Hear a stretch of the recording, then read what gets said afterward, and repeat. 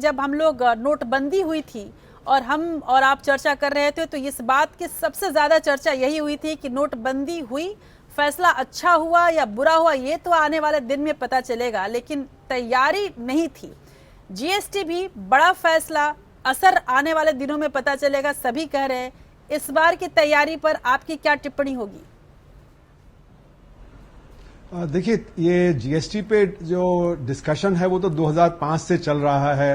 तरह तरह के डिस्कशन हुए हैं, कमिटी बनाई गई थी फाइनेंस मिनिस्टर स्टेट्स की, तो डिस्कशन तो हुआ, लेकिन इसकी समझ पूरी मुझे लगता है नहीं थी कि ये इतना कॉम्प्लिकेटेड टैक्स है और हमारी जो अर्थव्यवस्था है वो बहुत ही ज्यादा कॉम्प्लिकेटेड है। यहाँ पे large scale sector, medium scale sector, small scale sector, cottage sector है, और जो स्मॉल स्केल और कॉटेज सेक्टर है उसके पास कंप्यूटराइजेशन नहीं है, वो टेक्निकली इक्विप नहीं है इस सब से डील करने के लिए।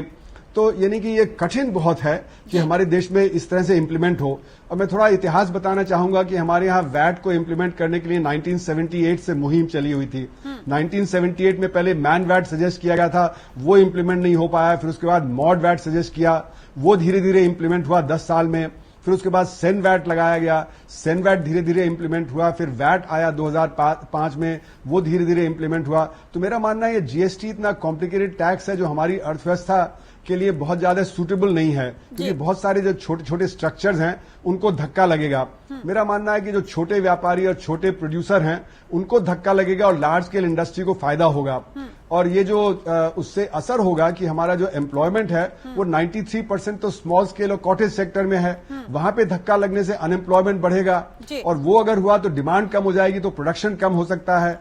दूसरी बात, सर्विसेज सेक्टर में टैक्स रेट बढ़ रहा है, 15% पहले था, अब वो 15 से 18 के बीच में हो जाएगा।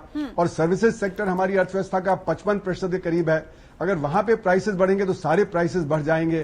तो कुछ ऐसी परेशानियां हैं जिसको सरकार को एड्रेस करना पड़ेगा आने वाले समय में। और जो चीजें बाहर रह गई हैं, जैसे कि पेट्रोलियम गुड्स बाहर है, रियल एस्टेट बाहर है, इलेक्ट्रिसिटी बाहर है, इनको बाहर रखने से एक परेशानी आएगी। 5 रेट जो लगाए हैं उससे जो वन टैक्स वाली बात थी वो पूरी नहीं आती है।